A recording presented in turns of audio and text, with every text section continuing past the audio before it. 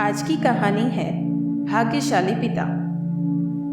एक आदमी हर समय चिड़चिड़ा और तनावग्रस्त रहता था।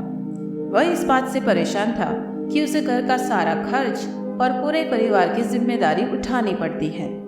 इन सब बातों को सोच सोचकर वह अक्सर परेशान हो जाता था और अपने बच्चे को डांटता था तथा अपनी पत्नी से भी किसी न किसी बात पर झगड़ता रहता था।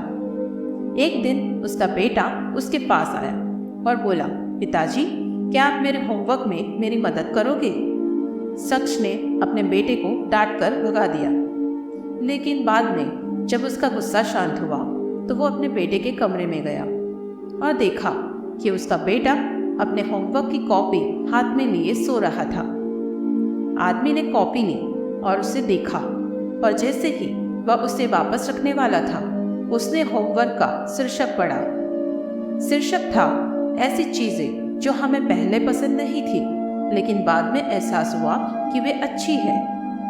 बच्चे को इस शीर्षक पर एक अनुच्छेद लिखना था। जिज्ञासावश उस व्यक्ति ने अपने बच्चे द्वारा लिखी गई बातें पढ़ना शुरू कर दिया। बच्चे ने लिखा था, मैं अपनी अंतिम परीक्षाओं के लिए आभारी हूँ, क्योंकि वे शुरुआत में अच्छी नहीं लगती, लेकिन उसके बाद स्कूल की छुट्टियां होती है। मैं दवाओं का आभारी हूँ कि उनका स्वाद खराब होता है, लेकिन वे मेरी बीमारी ठीक कर देती है। मैं भगवान का भी बहुत आभारी हूँ जिन्होंने मुझे इतने अच्छे पिता दिए, क्योंकि उनकी डांट से मुझे पहले तो बहुत बुरा लगता था, लेकिन फिर वो मेरे लिए खिलौने लाते हैं, मुझे स्वादिष्ट खाना खिलाते हैं, मुझे घूमने ले जाते हैं।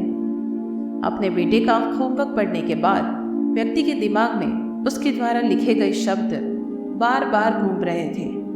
व्यक्ति को कुछ एहसास हुआ, मुझे घर का सारा खर्च उठाना पड़ता है, यानी मेरे पास एक घर है और भगवान की कृपा से मैं उन लोगों से बेहतर स्थिति में हूँ जिनके पास घर भी नहीं है।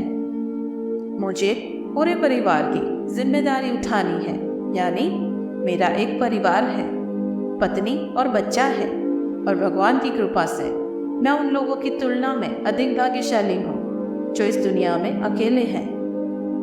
भगवान, हर एक चीज़ के लिए धन्यवाद। मुझे अब एहसास हुआ कि मैं कितना भाग्यशाली हूँ। यह सोचते सोचते उसकी सारी परेशानियाँ, सारी चिंताएं गायब हो गई। दोस्तों, हमारे सोचने का नज़रिया सब कुछ बदल सकता है।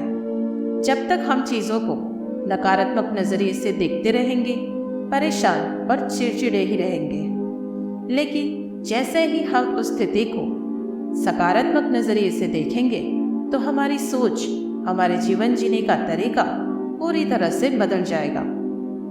दोस्तों, फिर मिलते हैं एक नई वीडियो में। तब तक के लिए जय हिंद।